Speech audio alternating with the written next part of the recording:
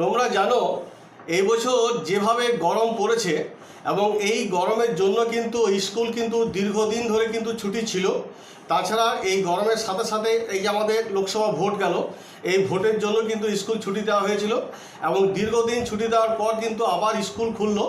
এবং স্কুল খুললে কি হবে, গরম যে এত গরম আছে এখনও পর্যন্ত সেই তাপপ্রবাহ বা যে গরম রয়েছে তা ধারণার বাইরে। তো শেষ পর্যন্ত আমাদের শিক্ষা দপ্তর আমাদের প্রত্যেকটা স্কুলের প্রধান যে কর্তৃপক্ষ রয়েছে প্রত্যেকটা স্কুলের তাদেরকে বলে দেওয়া হয়েছিল যে তারা যেন নিজেদের মতন করে স্কুলগুলো যেন চালায়।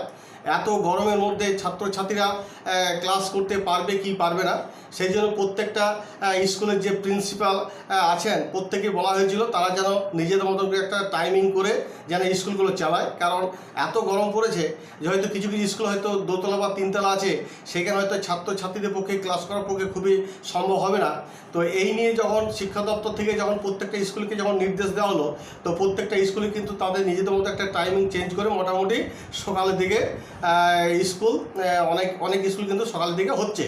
তো যাই হোক, কিন্তু ব্যাপারটা হচ্ছে যে তোমরা কমেন্ট সেকশানে কিন্তু সকলেই কিন্তু এখনও পর্যন্ত কমেন্ট করছো যে স্যার যা গরম রয়েছে তাহলে কি আমাদের কি গরমের ছুটি কি আবার পড়ে যাবে।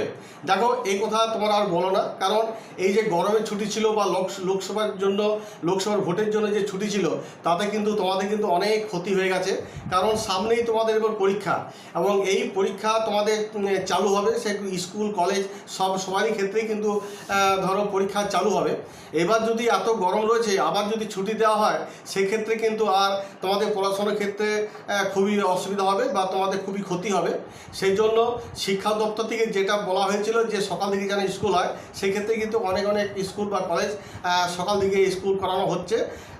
তবে এটা বলতে পারি যে তোমাদের কিন্তু এই যে 27শে জুনের পর থেকে কিন্তু মোটামুটি কিন্তু স্কুল কিন্তু নর্মাল হয়ে যাবে, সকাল দিকে না হলেও। তারপর আবার যেমন ডে শিফট বা মর্নিং শিফট সেরকম হওয়ার কিন্তু একটা চান্স আছে।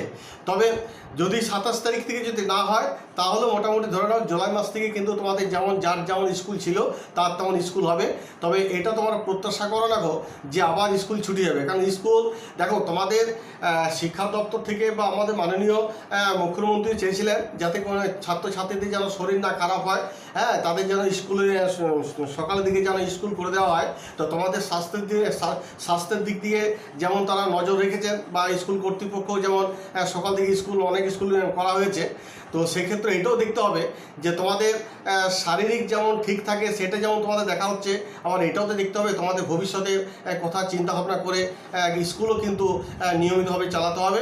এবং যেমন নর্মালভাবে স্কুল চলছিল ঠিক নর্মালভাবেই কিন্তু আবার স্কুল চালানো হবে। ডে শিফটে ডে শিফট চলবে, আর যেগুলো মর্নিং শিফট সেগুলো মর্নিং শিফট চলবে।